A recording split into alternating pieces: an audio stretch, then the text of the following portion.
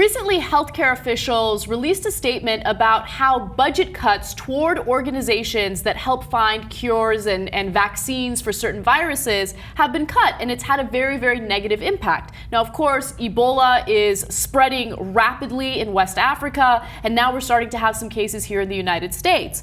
And recently, Dr. Francis Collins, who is from the National Institutes of Health, he is actually the head of the NIH, released a statement about the budget cuts, and I think what he had to say is really interesting. So let's go ahead and look at the graphic. NIH has been working on Ebola vaccine since 2001. It's not like we suddenly woke up and thought, oh my gosh, we should have something ready here. Frankly, if we had not gone through our 10-year slide in research support, we probably would have had a vaccine in time for this that would have gone through clinical trials and would have been ready.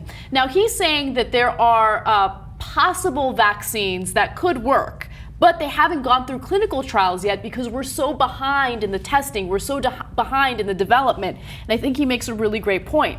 Now, if you want to know just how much money, the NIH, for instance, is lacking when it comes to the development of such vaccines, in fiscal year 2004, the agency's budget was $28.03 billion. In fiscal year 2013, it was $29.31 billion, barely a change even before adjusting for inflation. The situation is even more pronounced at the National Institute of Allergy and Infectious Diseases, a subdivision of NIH, where the budget has fallen from $4.30 billion in fiscal year 2004 to $4.25 billion in fiscal year 2013. So that doesn't sound like a lot, but it's enough for them to feel affected, to feel that they can't go forward with the type of testing and clinical trials necessary. Yeah, so I'm a little split on this, believe it or not. And the reason is, look, anytime you have an outbreak of any sort, the NIH could come and say, we should have had a bigger budget, right?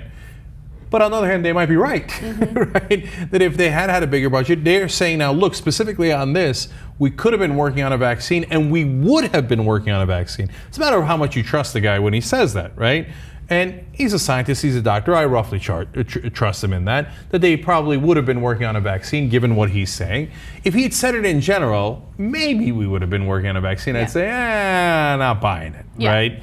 And so, oops, I wish we'd spent a little money there. And of course, it's in the context of all of our spending, it's even more frustrating. Yes. Okay. So, we have this whole discussion about how we want to keep people safe, and that's why we prohibit all these drugs, right? Instead of spending all of these resources on incarcerating, prosecuting, arresting, whatever it is, all these people who are caught with small possession of drugs, why don't we funnel that money toward research to find vaccines for things like, I don't know, Ebola? Instead of spending so much money on defense, why don't we fund science? Why don't we fund research? Those are the kinds of things that I want my money to go toward. But no, we waste our money all the time on things like the failed war on drugs and, in a lot of cases, military, defense, militarizing police enforcement, all of that stuff.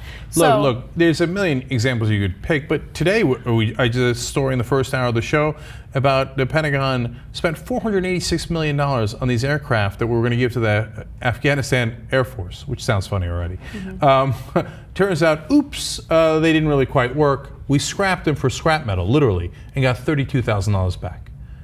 Imagine if we'd spent that $486 million on the NIH. Yeah. It is entirely possible that we would have already had an Ebola vaccine. Not only would we not be panicked as we are here in the US, but we could have saved, at a bare minimum, the 4,000 lives that have already been lost in West Africa. Yeah, and just one other thing. I mean, it's weird to tie ISIS into all of this, right? But think about the untold billions, if not trillions of dollars we spent on building a military in Iraq. And the fact that that military is not strong enough to fight against ISIS, right? The fact that members of that military are abandoning the military because they don't want to fight ISIS. I mean, how much money do we waste on a regular basis? It's insane. Yeah.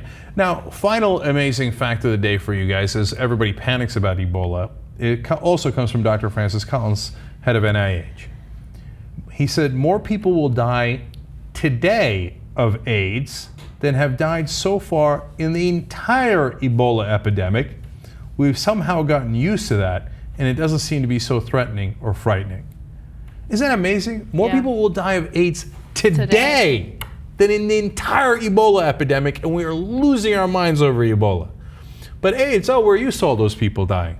So when you talk about funding, think about all the people who die every day from AIDS, and whether we should be funding that process in terms of finding a cure, et cetera, a little bit more. And when you compare it to all the money we waste in other fields, it makes it even more maddening.